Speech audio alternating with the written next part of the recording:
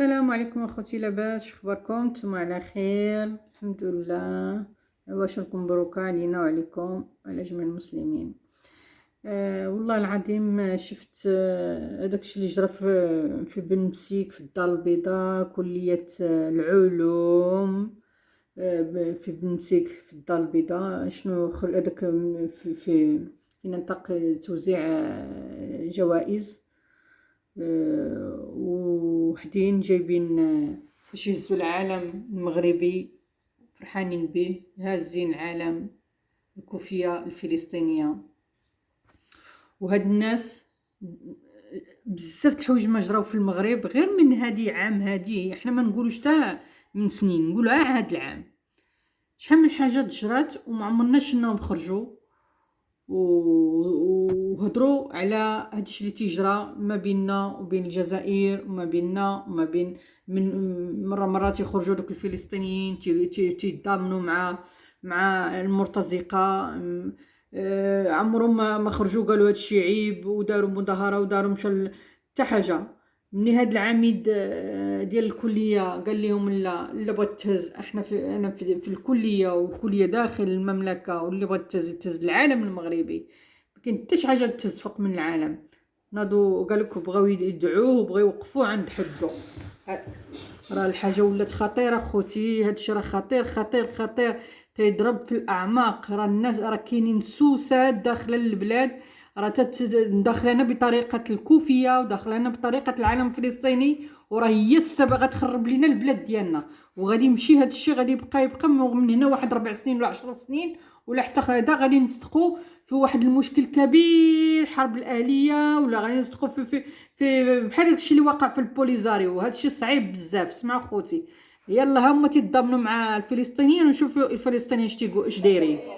أنا كفلسطيني بشوف إنه ما في فرق بين النضالات المختلفة ضد كل أنواع الاستعمار. فقضية فلسطين ونضال الشعب الفلسطيني ضد الاستعمار شيء كثير شبيه بنضال الشعب الصحراوي ضد كل أشكال الاستعمار وضد الاحتلال وضد كل أشكال الاضطهاد اللي بتصير تجاه الشعب الصحراوي. إنه المملكة المغربية شوف الشباب الفلسطيني علاقات رسمية مع الاحتلال الصهيوني، وعشان هيك يعني احنا طبعا بنأيد يعني حركة الاستقلال.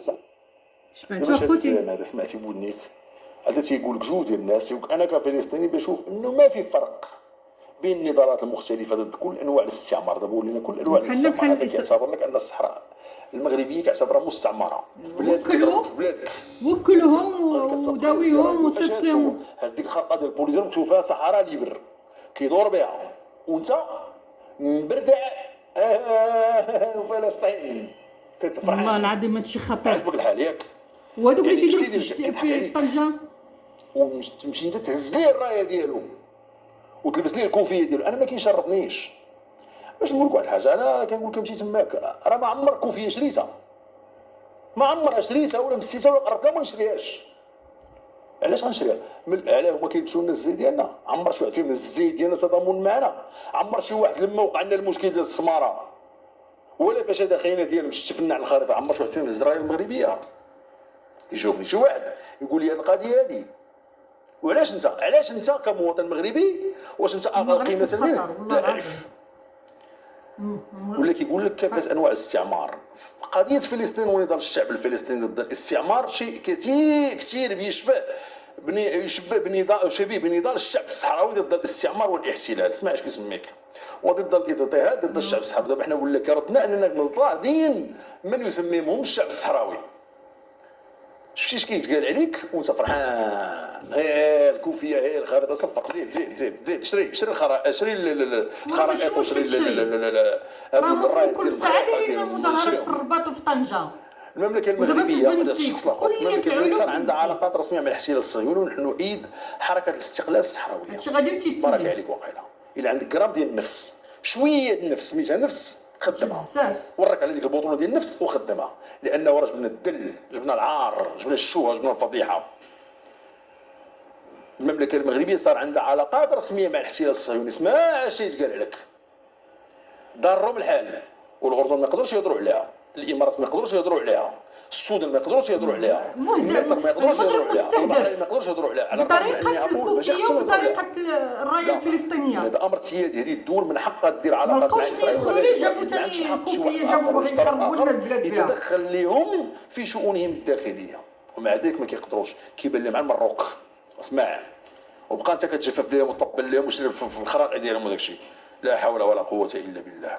اجي تسمعش، اجي تسمع هادو اللي قال لك دامنوا معاهم وباغيين يديروا لنا زعما قال لك تقرير المصير وخارج والبعدك بن قرينه. حنا بغينا نعتقوا المغاربه مساكن الظلم، عايشين مساكن في القهره والفقر والحرمان. سمعتوا الكلام اللي كان قال. يا سيدي دابا ناضوا كشفوا على اكبر اضخم مشروع في العالم، اضخم مشروع. كانوا مساكتين ضاربين الطم، بعد على الاقل هذه تحسب لهم، تحسب لهم. شوف واحد المقطع. شوف المباشر من اكوا ورقله، اغنى ولايه في افريقيا تشوفوا رامي عومو الله غالب. السخانه راهي 50. الله يزيدكم.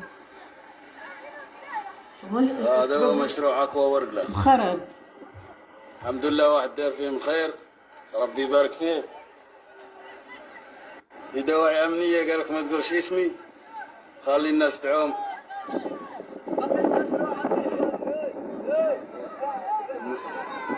الحمد لله ما نظيف ما حلو. يعوموا في ضايع. الله الدراري يسلمك. ما لقاوش وين يروحوا، واش بغا يدير؟ حاجروا القرايه ما كانش وما عندنا والو. الله يزيدكم.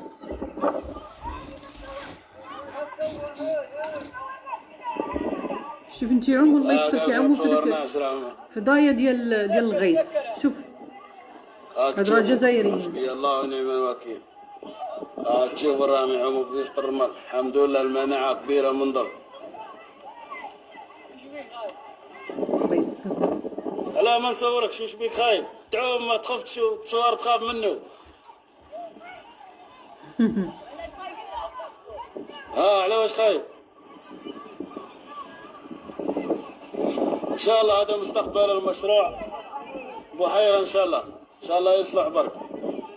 اش كيدير الله يستر كلها غيث وتيعوم. اللهم انا لا نسالك رد القضاء ولكن نسالك اللطف فيه. هذا سيدي فرغله اللي كتعتبر اغنى ولايه في افريقيا. نعم اغنى ولايه، هذه اغنى ولايه في افريقيا. لك ان تتصور الصوره شفتها كيفاش دايره، فين كيعوموا الدراري، كيعوموا هذاك الماء ملوث مخلط بالواد الحار، مخلط بالمسائل ضايع. الله يستر.